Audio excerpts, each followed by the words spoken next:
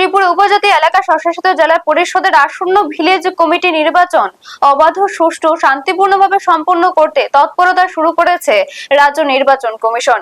নির্বাচন প্রক্রিয়া সুচারুভাবে পরিচালনার লক্ষ্যে রাজ্য নির্বাচন কমিশনের উদ্যোগে রিটার্নিং অফিসার ও ব্লক উন্নয়ন আধিকারিকদের নিয়ে এক গুরুত্বপূর্ণ পর্যালোচনা বৈঠক এবং প্রশিক্ষণ কর্মশালার আয়োজন করা হয়।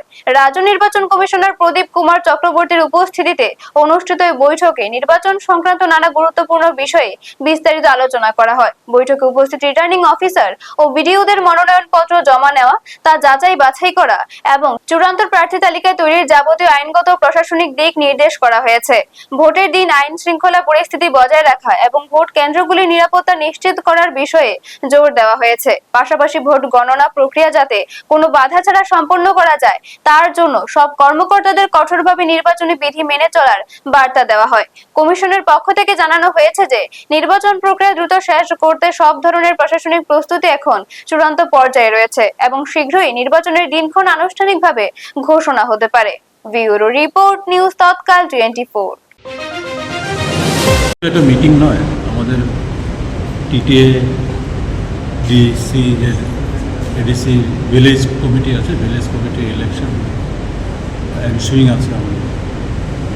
এই প্রসঙ্গে যারা রিটার্নিং অফিসার আছেন তাদের সঙ্গে আমাদের একটা ওয়ার্কশপ আছে regarding the preparedness of election.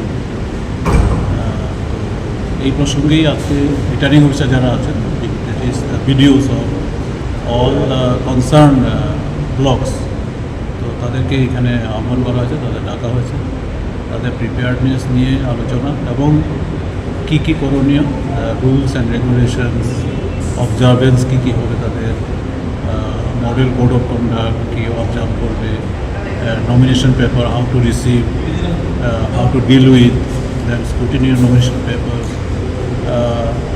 তারপর contesting, list of contesting candidate ইত্যাদি বিষয় যে রয়েছে সেই বিষয়গুলি সম্বন্ধে তাদেরকে অবগত করানো এবং পরবর্তীকালে যে ইলেকশন হওয়ার পর